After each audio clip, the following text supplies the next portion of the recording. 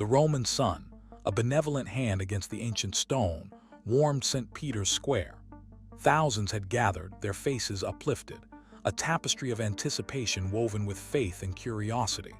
Today, Pope Leo XIV, born Robert Prevost, was to deliver his first major address on the new evangelization, a message meant to bridge the Church's ancient wisdom with the modern world's urgent needs. The air thrummed with a quiet reverence, occasionally punctuated by the murmur of prayers or the gentle cooing of doves. Cardinal Prevost, elevated to the papacy just a year prior, had brought a fresh, intellectually rigorous yet deeply pastoral approach to the Holy See. His calm demeanor and earnest eyes, often seen through thick-rimmed glasses, had endeared him to many, even those outside the Church. He wasn't a firebrand nor a distant oracle. He was a scholar, a man of God who spoke with a quiet authority that resonated deeply. He had navigated the turbulent waters of Vatican politics with a surprising grace, earning respect even from his staunchest critics.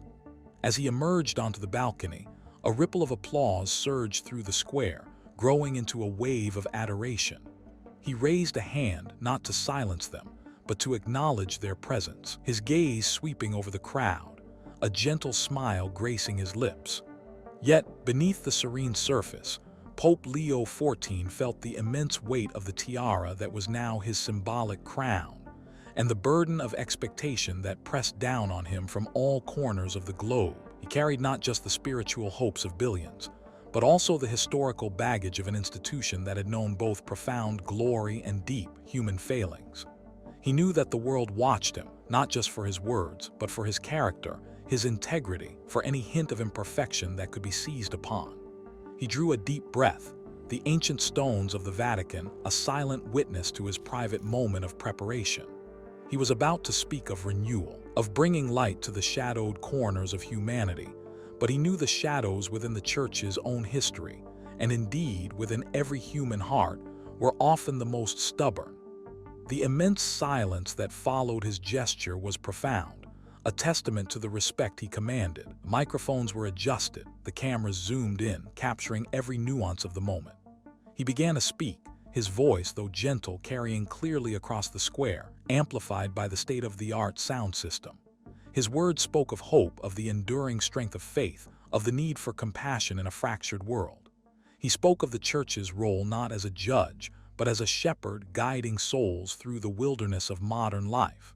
He spoke of accountability, of transparency, of healing old wounds. His message was inclusive, striving to bridge divides, to acknowledge pain, to offer solace. He saw a few tear-streaked faces in the crowd, felt the collective breath held in quiet attention. This was the work he had dedicated his life to, the humble yet monumental task of connecting humanity to the divine and to each other. He was immersed in the flow of his sermon, his eyes closed for a brief moment as he emphasized a point about forgiveness when it happened. The sudden, piercing shriek cut through the solemnity like a jagged shard of glass. "You're no saint." The voice, raw and filled with an almost primal anger, echoed unnervingly in the vast open space, amplified by its sheer unexpectedness. It was a woman's voice, strong and defiant. The crowd gasped, a collective intake of breath that sounded like a monstrous sigh. All eyes snapped towards the source of the outburst. A woman, perhaps in her late 40s or early 50s, stood near the front barriers, her face contorted in a mask of rage and despair. Her hair was disheveled, her clothes plain, but her eyes burned with an unsettling intensity. Security personnel, initially caught off guard, began to move swiftly, their expressions grim. But before they could reach her, she yelled again, her voice cracking with emotion. "You preach of saints, but you're just another man full of sin. A wolf in sheep's clothing." The words hung in the air, a venomous challenge. A wave of outrage rippled through the square. Chants of "silence her" and "get her out" erupted from various parts of the crowd, their reverence abruptly replaced by a protective fury directed at the disruptor. Some pointed, others shouted their condemnation. The woman, however, seemed oblivious, fixed solely on the figure on the balcony. Pope Leo XIV, in the immediate aftermath of the first shout, had flinched almost imperceptibly, his body tensing. His calm exterior seemed to waver for a fraction of a second, revealing a flicker of human vulnerability. Then his gaze, which had been momentarily lost, settled on the woman. He didn't look away. He didn't look surprised or angry. There was a profound stillness in his eyes, a depth that seemed to absorb the venom without flinching. He saw not an attacker, but a soul in torment. The security team, now closer to the woman, hesitated, their eyes on the Pope. They awaited a signal, a command. He gave none. Instead, he slowly raised his hand, not to silence the crowd, but to stop the approaching guards. The gesture was small, almost imperceptible to the masses, but the security detail understood its unspoken command. They froze, hovering awkwardly, unsure how to proceed. The woman, emboldened by the lack of immediate intervention, took a step forward, her voice rising in anguish. "My life, my faith shattered, and you stand there pretending." Her words were cryptic, deeply personal, and only heightened the confusion and anger of the crowd.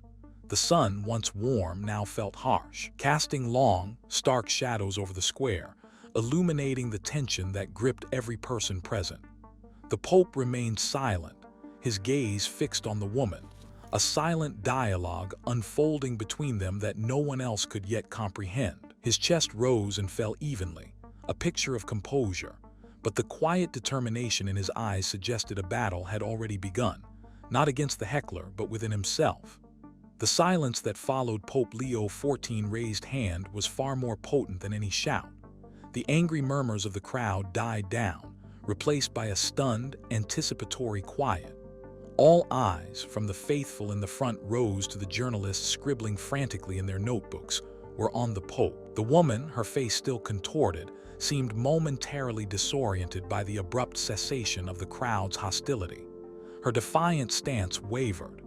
Pope Leo XIV took a slow, deliberate step forward, moving closer to the railing, his face illuminated by the bright Roman sun. He didn't lean over, nor did he make any grand gestures. His posture remained one of quiet authority, but also of profound openness. He looked at the woman, his eyes conveying not judgment but a deep, sorrowful understanding. "My child," he said, his voice soft, yet carrying an unexpected strength, cutting through the remaining tension like a finely honed blade. "I hear your pain. It is a pain that echoes in many hearts, and it wounds mine too." The direct address, the tender appellation, "my child," seemed to momentarily disarm the woman. Her shoulders sagged slightly, her fiery gaze losing some of its intensity, replaced by a bewildered flicker. The crowd remained motionless, transfixed by this unexpected turn of events. They had expected a rebuke, a dismissal, perhaps even a gentle pastoral admonishment. Instead, they were witnessing empathy, a profound act of acknowledging suffering in the face of public humiliation. "You say I am no saint," the Pope continued, his voice steady, acknowledging her accusation directly without anger or defensiveness. "And you are right." A collective gasp rippled through the square.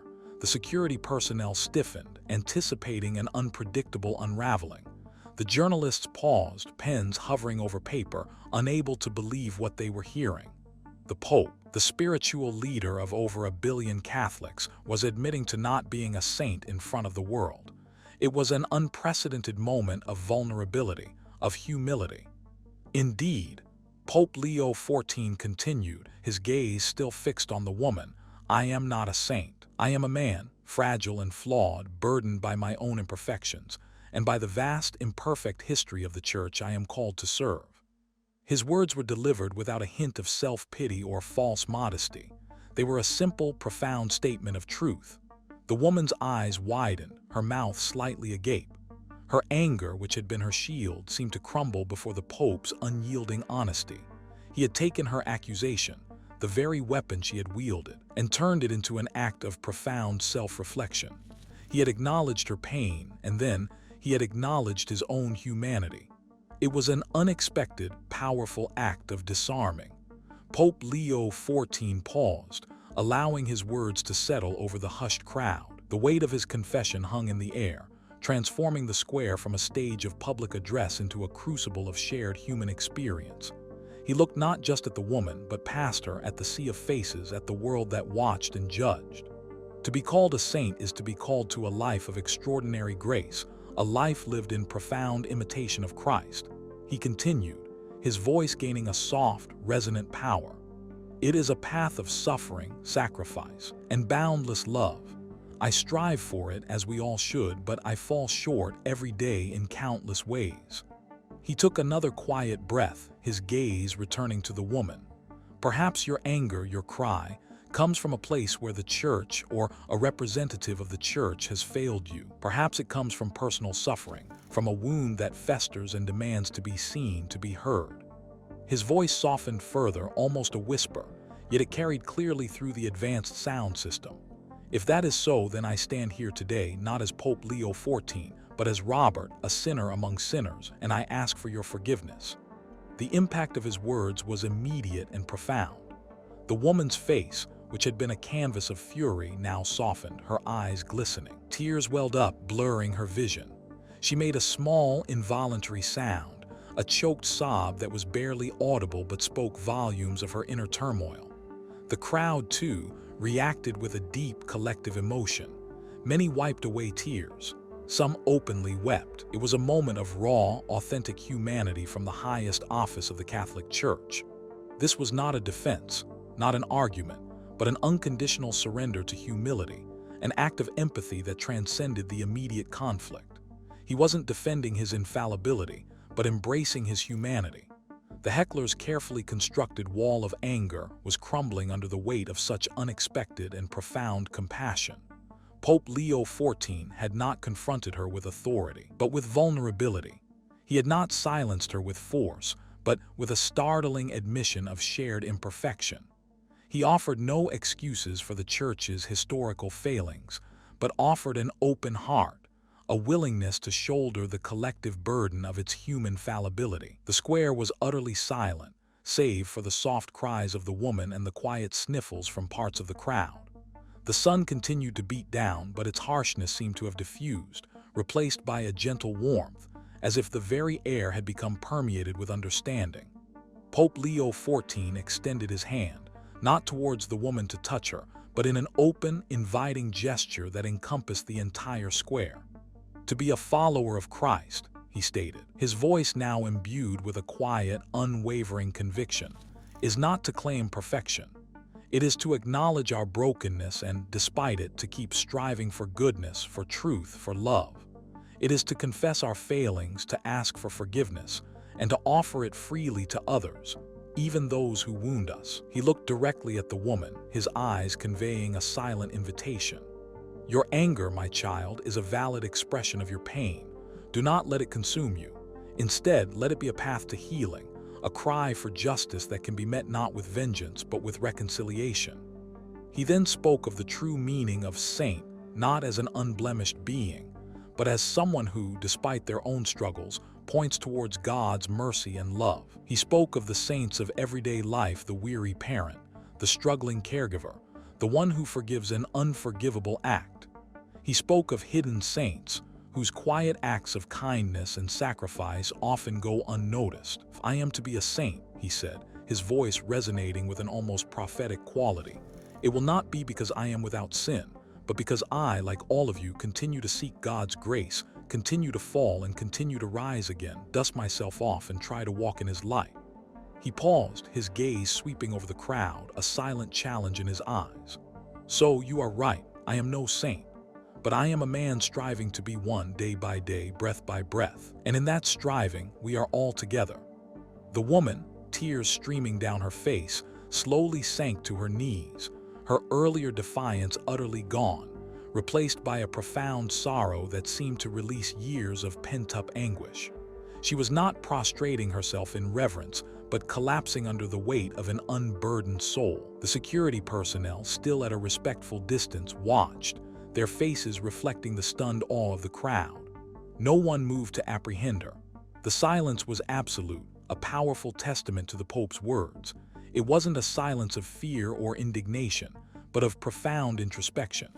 Every person in the square felt a tremor of recognition, a challenge to their own assumptions about sanctity, about judgment, about forgiveness. The Pope had not just silenced a heckler. He had silenced the judgmental voices within every heart present, replacing them with a quiet invitation to humility and shared humanity. The woman remained on her knees for a long moment, her shoulders shaking with silent sobs. Then slowly, she pushed herself up, her gaze still fixed on Pope Leo XIV. Her anger had been transmuted into a profound sense of release, a raw vulnerability that was more powerful than any outburst. She didn't shout again. She didn't try to flee. She simply stood there, a solitary figure in the vast square, her face wet with tears, her expression a mixture of exhaustion and a nascent understanding. The Pope held her gaze, a silent benediction passing between them.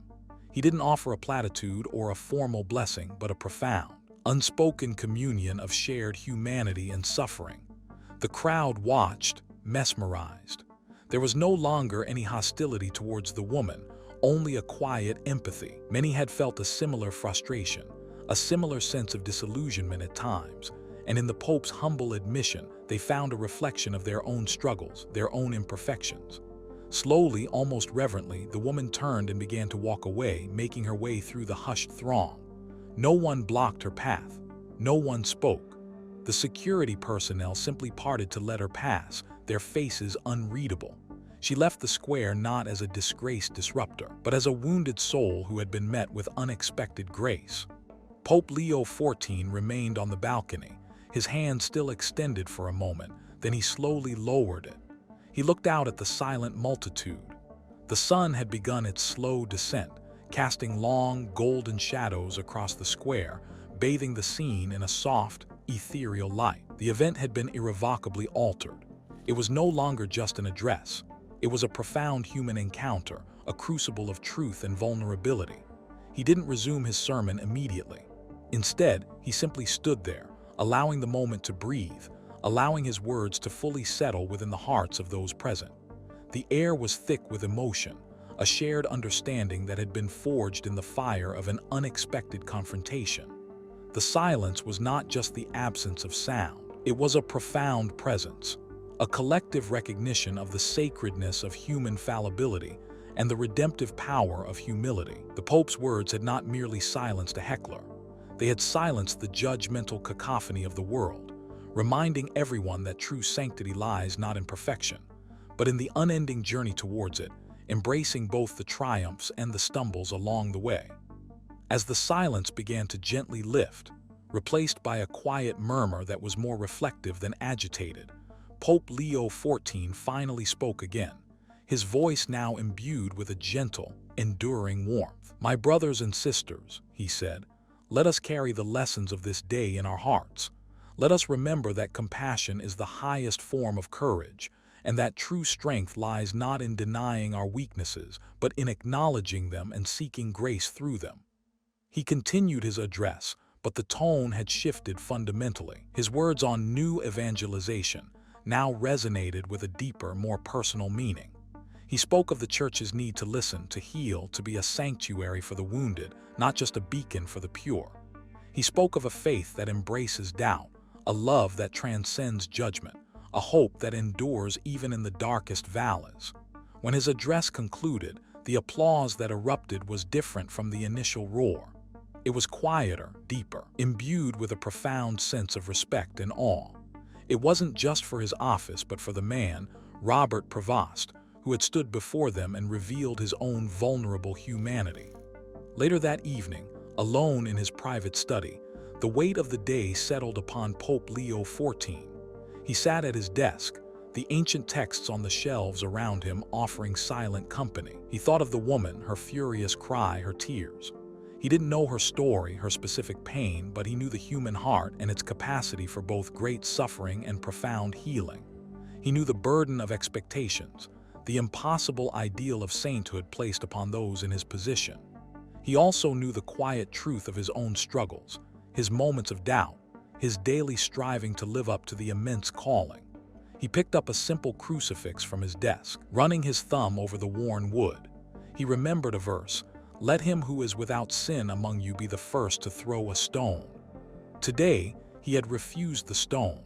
He had offered instead a mirror, reflecting humanity's shared imperfections and the grace that strives to mend them. The encounter had not diminished his authority.